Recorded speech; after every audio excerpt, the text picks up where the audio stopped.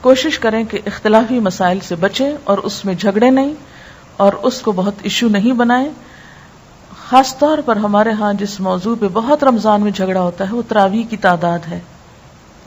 اس میں آپ لوگوں کو ان کی سہولت پہ چھوڑ دیں، ان کا پیچھا نہ کریں کہ وہ اتنی پڑھیں یا اتنی پڑھیں. یہ ایسی چیزیں نہیں ہیں کہ جس پر ہم آپس میں دل برے کریں اور مسلمانوں کی اجتماعیت میں خلل آئے اور ایک دوسرے پر حرف اٹھائیں، کیونکہ یہ تقویٰ کے خلاف ہے.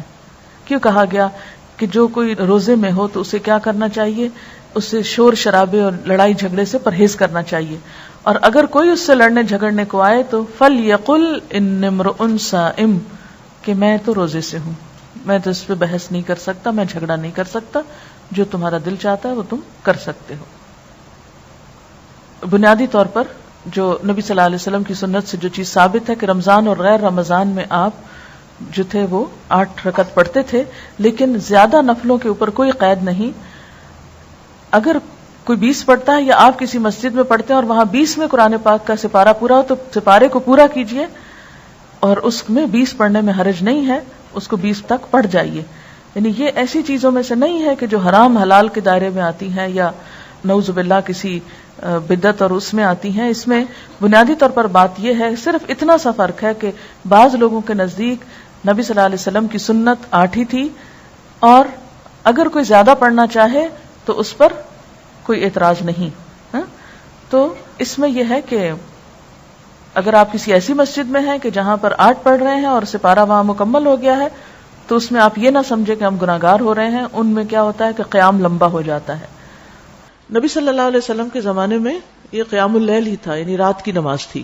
اور تراویح اس لیے کہتے ہیں کہ جب حضرت عمر رضی اللہ عنہ نے اس کی باقاعدہ جماعت کا آغاز کیا تو پھر 4 رکعت کے بعد لوگ تھوڑا سا آرام کرتے تھے. آرام سے مراد یہ کہ تھوڑا سانس لیتے، پھر اس کے بعد 4 اور پھر 4، تو اس لیے اس کا نام تراویح پڑا، یعنی وہ نماز جو تھوڑے تھوڑے وقفوں کے ساتھ ادا کی جاتی ہے. اور یہ نبی صلی اللہ علیہ وسلم کے قول اور فعل دونوں سے ثابت ہے. آپ اپنے صحابہ کو قیام رمضان کی ترغیب دیتے. تراویح جماعت کے ساتھ پڑھنا زیادہ افضل ہے. آپ نے اپنے گھر والوں اور بیویوں کو بھی تراویح کی جماعت میں شریک کیا اور طویل قیام کیا، خصوصاً آخری عشرے میں رات کے قیام کے لیے جگایا. حضرت ابو ذر فرماتے ہیں کہ ہم نے رسول اللہ صلی اللہ علیہ وسلم کے ساتھ روزے رکھے. آپ نے 23ویں رات تک ہمارے ساتھ رات کی نماز نہیں پڑھی، پھر 23ویں رات کو ہمیں لے کر کھڑے ہوئے، یہاں تک کہ 1/3 رات گزر گئی، 1/3، اتنا لمبا قیام کیا. پھر 24ویں رات کو نماز نہیں پڑھائی، لیکن 25ویں رات کو آدھی رات تک نماز تراویح پڑھے، پہلے سے بھی زیادہ لمبا. ہم نے عرض کیا یا رسول اللہ صلی اللہ علیہ وسلم، ہماری آرزو تھی کہ آپ باقی رات بھی ہمارے ساتھ نوافل پڑھتے. آپ صلی اللہ علیہ وسلم نے فرمایا، جو شخص امام کے ساتھ اس کے فارغ ہونے تک نماز میں شریک رہا اس کے لیے پوری رات کا قیام لکھ دیا گیا. یعنی آدھے میں نماز چھوڑ کے نہ آ جائے انسان، اینڈ تک ساتھ رہے. پھر آپ نے 27ویں رات تک نماز نہ پڑھائی، 27ویں رات کو پھر کھڑے ہوئے اور ہمارے ساتھ اپنے گھر والوں اور عورتوں کو بھی بلایا، یہاں تک کہ ہمیں اندیشہ ہوا کہ فلاح کا وقت نہ نکل جائے. راوی کہتے ہیں میں نے ابو ذر سے پوچھا فلاح کیا ہے، تو انہوں نے کہا سحری کا وقت. یعنی اس سے اندازہ لگا سکتے ہیں کہ اس نماز کا پھر کتنا وقت ہو سکتا ہے. یعنی آپ نے 1/3 رات بھی قیام کیا، آدھی رات بھی کیا، اور تقریباً سحری کا وقت ختم ہونے تک بھی کیا. اسی لیے آپ دیکھیں کہ 27ویں رات کو عموماً بعض اوقات لوگ ساری رات قیام کرتے ہیں. اب یہ جو آپ صلی اللہ علیہ وسلم کا طرز عمل ہے، اس سے ہمیں پتہ چلتا ہے کہ یہ نماز پڑھی جانی چاہیے. یہ نماز جماعت سے کرنے میں بھی کوئی حرج نہیں، اور اس نماز میں عورتوں کی شرکت پر بھی کوئی پابندی نہیں، وہ بھی شریک ہو سکتے ہیں. آپ صلی اللہ علیہ وسلم نے ہر روز کیوں نہیں پڑھائی؟ اس ڈر سے کہ کہیں امت پر فرض نہ ہو جائے.